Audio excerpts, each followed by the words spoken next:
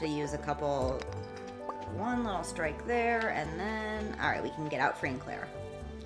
So like I said, instead of clearing all of those rocks and pieces of wood down there, don't worry about it, because if you do that, you're gonna waste energy. And as you can see, we're already into the orange, so we don't have a whole lot left for the day. All right, so still not seeing a lot of forageables around here. It's not the end of the world. All right, here's one other trick that you're going to want to do. There's no one around, so go up and kick that trash can. Nothing came out of it this time, but sometimes you're going to get really helpful items out of the trash cans, like leftover food, all sorts of stuff that you might want to use basically for free energy or to sell to make free money. But if you do it in front of people, they're really judgmental. I'm sure I would kind of be weirded out if there was some random lady walking around kicking my trash cans. All right, so as you're doing this, also go around and say hi to everyone. That way you can start building friendship points early on, which is going to be helpful because not only do they give you stuff sometimes when you're friends with them, but also they're going to give you quests, things to do, and you can make money early on that way as well. All right. Pleasure to meet you, Harvey. All right, this is Evelyn, sweet old lady of the town. Hello and welcome to our little community, dear. That's sweet. I call you Granny. I don't even know you. Oh, here's Maru. Say hi to her. I am the one who just moved in.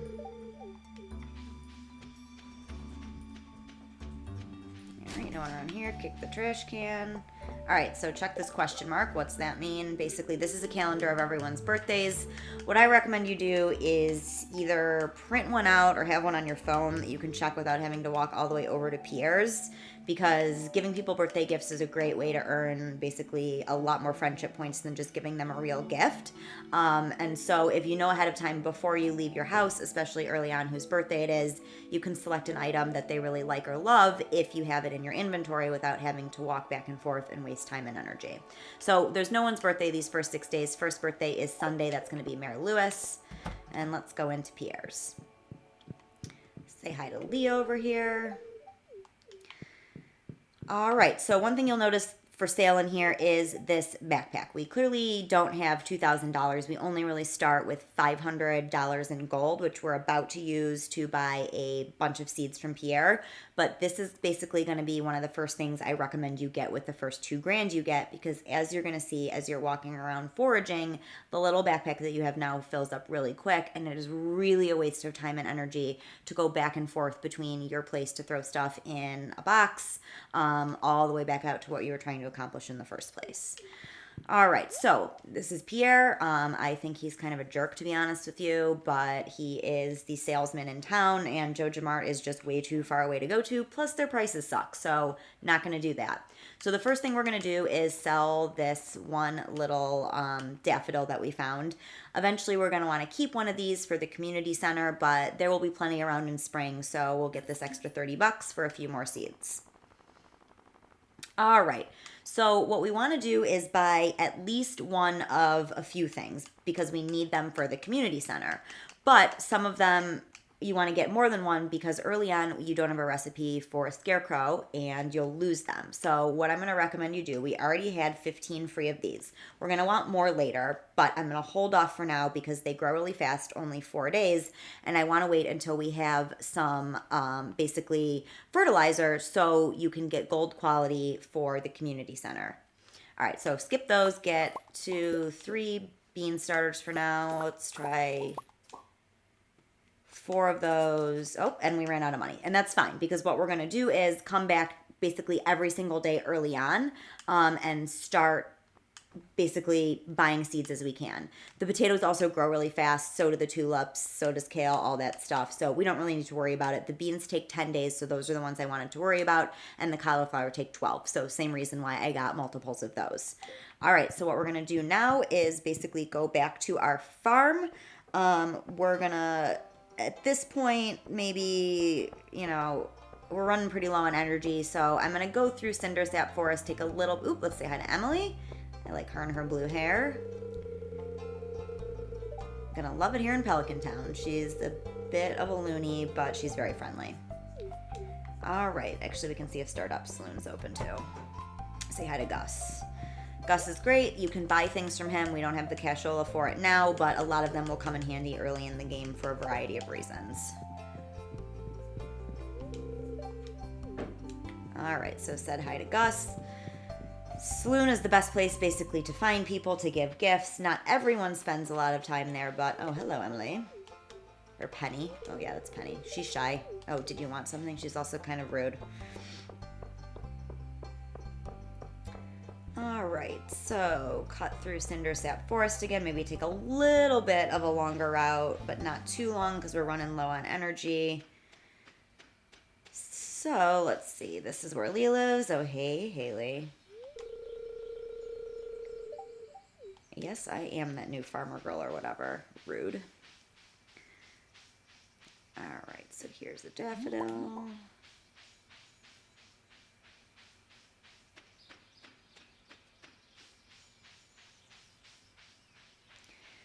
Alright, that's all we found, which isn't a bad thing, because basically what we're going to do is get back, plant these seeds, water them, and then chop as much wood as we basically can before the day runs out. And the reason that we want to do that is because we're going to need that wood going forward in the game. How did I get through here in the first place? That's the question I'm asking. Alright, we have enough to do one of those. Alright, here we go.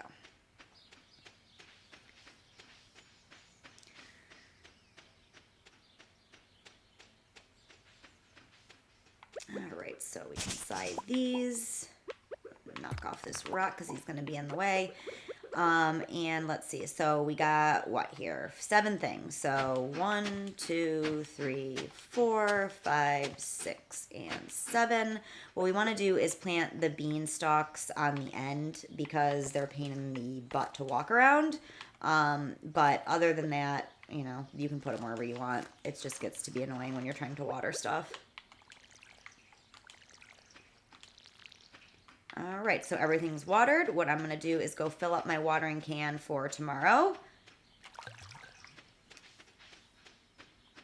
Sell this dandelion. Yeah, dandelion. Store the other things and then walk around our farm getting some wood so we can accomplish what we need to in the next few days here.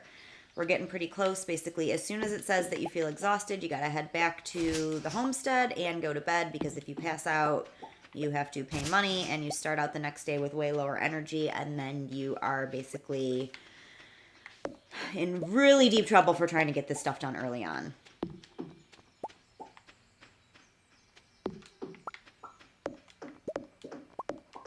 Chop in wood.